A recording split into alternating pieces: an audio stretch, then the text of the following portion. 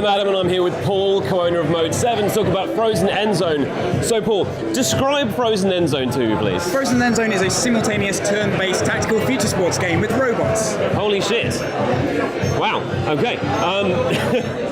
What was your inspiration behind this game? Where does it come from? So we made a game called Frozen Synapse, which was kind of a combat tactical game, and Ian, the lead designer, took me into his office one day and he got out a piece of paper and he drew some boxes on it and some little men, and he said, these are robots playing American football in a warehouse. What do you think about that? I went, that sounds completely insane, no one's going to buy that, it's a terrible idea.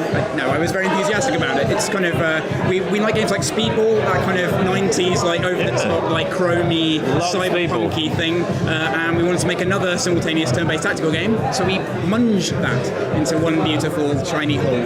Fantastic. Now, I was playing it earlier, I was on the difficulty level very easy, yes, and I scored, I guess, a touchdown. You can dance if you want to, you can leave your friends behind. That is me wins. How proud of me are you? I'm pretty proud of you. That was a lot better than I expected on initially meeting you.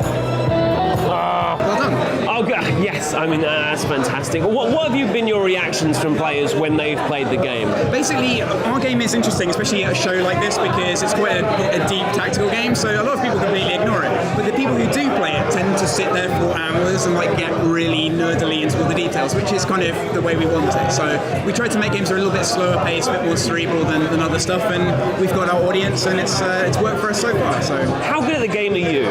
Really bad.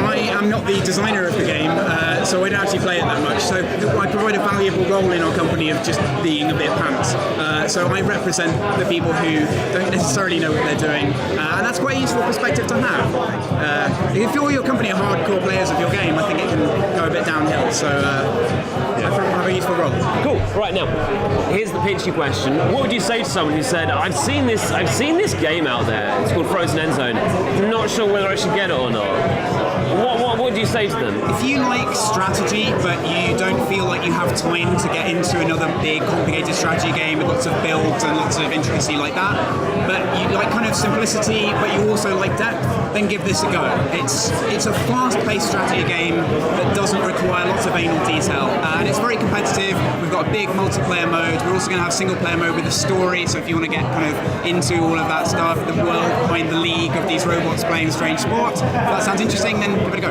So Paul, people who are interested in playing the game, when can they get a hold of it? When's it released? It's going to be emerging from its warm, nested hollow by the end of this year. As am I. Thank you very much.